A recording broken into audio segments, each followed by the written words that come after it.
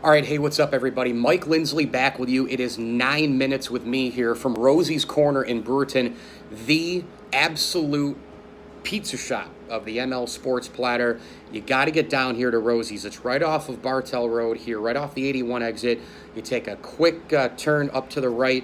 You take a quick right going north on Route 11, and it's right here on the drag by the lake. They've got today, Friday, they've got their haddock special. You can do it with slaw, fries. You can get it with mac and cheese. You can just get the homemade mac and cheese by itself. I had a whole bowl of that stuff a couple weeks ago. It's amazing. And don't forget, tomorrow is college football Saturday, which means if you order any pizza wing combo here from Rosie's, and trust me, it's delicious, any pizza wing combo tomorrow, you get a free 2-liter of orange soda. And then on Sunday and on Monday, and you could have done it last night, Thursday Night Football, the NFL Game Day special is this: $40, $40, that's it, for a large one-topping pizza, a chef salad, large, 24 wings, and a 2-liter soda. I mean, that is absolutely tremendous stuff. Rosie's Corner in Brewerton, the official pizza shop of the ML Sports Platter. You see the menu behind me here, one of them anyways, and I'll be posting the menus also all over social media here throughout the day. I want to get into what I had just mentioned, the last night's game, the Thursday night game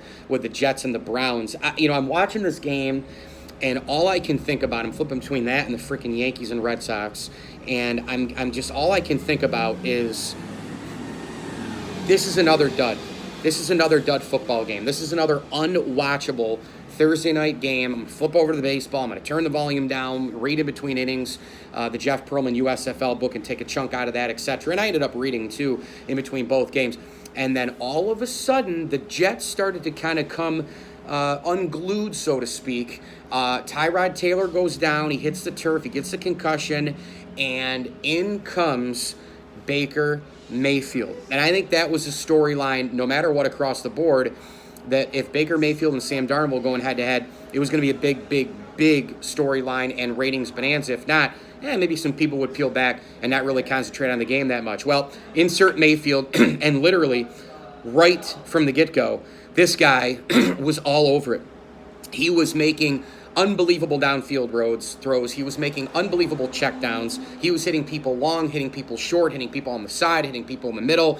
And here's another thing with Baker Mayfield that, in my opinion, really impressed me. Not just the versatility of what he could do getting in and out of the pocket, throwing different reads, checking down, etc. A big thing that goes on at the NFL for young quarterbacks, and Colin Cowherd talks about this all the time, Greg Cosell is on his show talking about this all the time, NFL Network analysts talk about this all the time, people I get on my podcast talk about this all the time, Mike Lombardi talks about this all the time, who I had on my podcast yesterday. Here's the thing. Pre-snap reads. Pre-snap is so big in the NFL because at what point during a pre-snap do you read something and see, oh, geez, that defense isn't quite in the 4-3, or they're bringing up an extra blitzer here and I didn't see that on tape. A lot of things that you prepare for and do on tape, they don't happen inside the game. That's sports. That's what happens. It's like if you were playing Syracuse basketball and for some reason they decided to play man-to-man starting the game, you'd be like, oh, shit, we prepared for the zone for the entire basketball game. To me, Baker Mayfield last night showed a ton in terms of the pre-snap reads, judging where the blitzes were going to come from. That Jets defense can hit you in the mouth. Their secondary is terrific as well. And I'll tell you what, Baker Mayfield reading the defense last night was fantastic. And then, those tricky Cleveland Browns on that little reverse play there, throwing it back to Mayfield, catching the ball for the 2-point conversion was an absolute thing of beauty. And I was just overall glad to see the Cleveland Browns win that football game. They hadn't won a game since Christmas Eve of 2016. They'd only won one game in the last 37 games and 2 games in the last 45 games. When that's all erased and the dilly Bud Light comes out of the coolers last night, and the city of Cleveland must have gotten wasted off of all that beer last night. But I was just really happy to see Cleveland win one, to kind of get over that hump a little bit, to prove to the fans that this is a real deal Holyfield team. And I got to be honest, this roster from top to bottom, it ain't that bad. I mean, if Baker Mayfield can play relatively well, last night 17-23, pretty good, very efficient, quarterback rating of about 100, overall rating of 100, rather completion percentage was just below 95, I believe. He goes 17-23 for 201 yards. I thought Baker Mayfield was really good, but the roster around him is pretty good too. They got some big-time talented wide receivers. I can't stand Jarvis Landry for all of his bullshit on the field, especially when he tried to end Aaron Williams' life. As it turned out, he ended his football career, which is enough. But they've got a bunch of talented wide receivers. Jarvis Landry has unbelievable hands and can run basically any route, and they can use a tight end very, very well as well. And then you take a look at the other side of the football. This is one of the best defenses in the NFL. I hate to tell people. I know that there's the Rams and the Bears and all the rest, but this Browns team led by Myles Garrett, who finally seems to have his shit together, this Browns team can do some major damage. They are a really good tackling team. This is a very, very good positional team, and I've said it a million ways this Sunday. I don't love the coaching staff of the Cleveland Browns. I don't love Hugh Jackson. I don't love Todd Haley as the OC. I don't love the defensive coordinator in terms of Greg Williams, as all of his, his bounty gate and all the rest. And he's just a big blowhard, and he sucked as a head coach for the Buffalo Bills.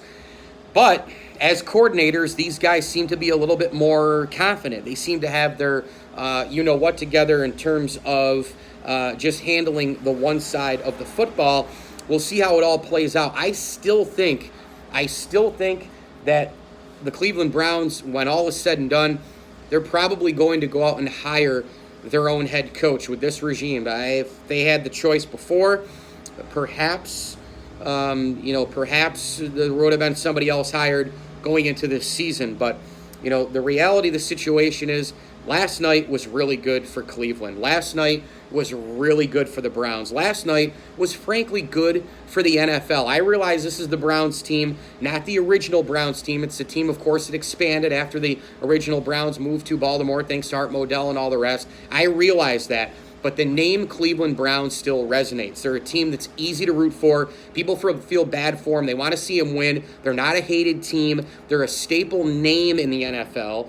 This exact franchise isn't quite what the Steelers or Cowboys or Packers are right now, because this isn't the original Browns. But it's the name Brown. And when they expanded back, the Cleveland Browns basically were almost the Cleveland Browns all over again from a fandom standpoint in terms of that support from that city. It was just good for Cleveland, good for the NFL, good for everybody across the board. Cleveland Browns a staple name in the National Football League. You just got to kind of see him win. But my God, if Baker Mayfield can go in there and prove a lot of people wrong, including me, Cleveland's obviously going to be a lot better off, number one. And number two, that entire roster seems to be very, very good around him. That's a supporting cast that a lot of people don't have as rookie quarterbacks. Josh Allen, for example, might not even have it in Buffalo. Sam Darnold probably doesn't even have as much as Baker Mayfield does in Cleveland as well. So going to be fascinating to watch Cleveland the rest of the way. Baker Mayfield, really good roster, fun team. Hell of a game on Thursday night, or should I say post 1.5 quarters. Baker Mayfield goes in and gets the job done for the Cleveland Browns. Thanks so much for watching 9 Minutes with me,